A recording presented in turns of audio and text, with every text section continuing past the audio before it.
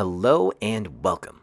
I'm the Candyman, and in today's video we are giving you a beginner's guide on how to get started in State of Decay 2. So the goal of this video is to give you some tips and tricks to help get your community started off on the right foot. So let's get into it. Tip number 1. Watch the curveballs.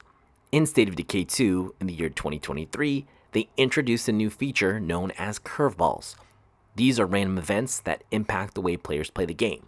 They can range anywhere from a weakened plague heart, so that makes it easier to kill, or to a random group of outlaws that are draining resources from a particular area. Since they can be either beneficial or harmful, it's very important as a beginner to keep an eye out for these events because they can drastically alter your plans in both good and bad ways. Tip number 2, always be planning. In State of Decay 2, whenever you create a new community, you should do so with an end goal in mind. But as a beginner, you may not know what you don't know, and that's okay. What you should do in the meantime, while you're trying to figure out what your end objective is, maybe it's to survive 100 days, maybe it's to simply beat the game, whatever that is, in the meantime, set goals for yourself, such as clearing a small area, perhaps killing one plague heart, or maybe even moving to a new base. Whatever it is, make sure that you're setting a goal for yourself and the actions that you make in the game are intentional, meaning that they're always working towards that objective. Tip number 3, cars are invaluable. In State of Decay 2, you will quickly learn that cars are OP. They serve a variety of functions to help you survive the zombie apocalypse. They can do anything from acting as a battering ram to help you clear out a horde of zombies, or helping you traverse and scout the map even faster. Really, the idea here is to make sure that whenever you do find a vehicle, you want to keep it in tip-top shape because having cars and not having cars is the difference between surviving and not surviving in State of Decay 2. Tip number 4, manage your inventory. Now this can apply to your storage locker as well, aka the thing that contains all the items and resources for your entire community, but specifically I'm talking about the inventory for each one of your survivors.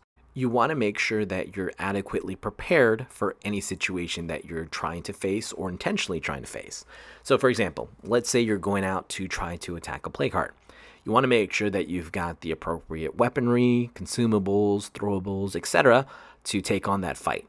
Now that inventory is going to be vastly different from one where you're just scouting and looting, because in that situation, obviously you're going to want to have a minimal inventory to be able to secure as much loot as possible. So again, the idea here is just to make sure that you're keeping an eye on what you're carrying at all times. Tip number 5, avoid fights. In State of Decay 2, it's very easy to get ambushed if you're not paying attention.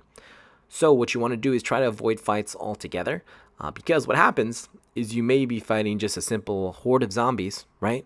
And then all of a sudden a feral comes out, a screamer comes out, screamer starts screaming, more zombies come out. So it's very easy for things to snowball in State of Decay 2. So you definitely want to try to avoid fights when and if you can. Tip number 6, prioritize awakened plague hearts. So in State of Decay 2, plague hearts will be in one of two states. They'll either be dormant, which is indicated by Z's next to their icon on the map, or they will be awakened, which is indicated by a red icon for that plague heart. Now, a plague heart can awaken if you kill too many zombies in a plague territory around a heart, or if too many screamers scream, it can also wake up the plague heart, so keep that in mind. Now, ideally, you would only have one plague heart that's awakened at once, and that should be the plague heart that you're actively attacking. Otherwise, if you have a bunch of plague hearts that are awake, they're just going to make things much more difficult for you by creating both infestations and siege sites around the map, which can lead to sieges, so a bunch of zombies attacking your base. Tip number 7, use outposts strategically. When used correctly, outposts can be a huge benefit to any community. They can help you keep a particular resource that you need high by adding to the daily total. They can act as a defense mechanism by placing traps around the outposts. They can also act as sort of a forward operating base, if you will. If you put a outpost pretty close to a plague heart, you can use that as a point of attack. So that way, in case you get banged up, you can just retreat to the outpost and potentially switch survivors. So that's why it's definitely important to make sure that you're placing and utilizing outposts correctly. Tip number 8, watch the freaks.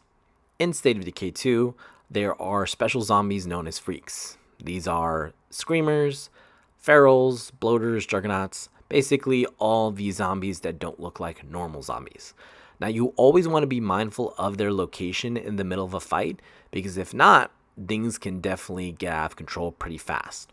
So you want to make sure to take them out when you can, and if not, that's okay. Just make sure that you know where they are so they don't ambush you or worsen the fight. If you want to check out more tips about State of Decay 2, be sure to check out our Apocalypse playlist for more. As always, spread the love, spread the positivity, and I'll catch you in the next one.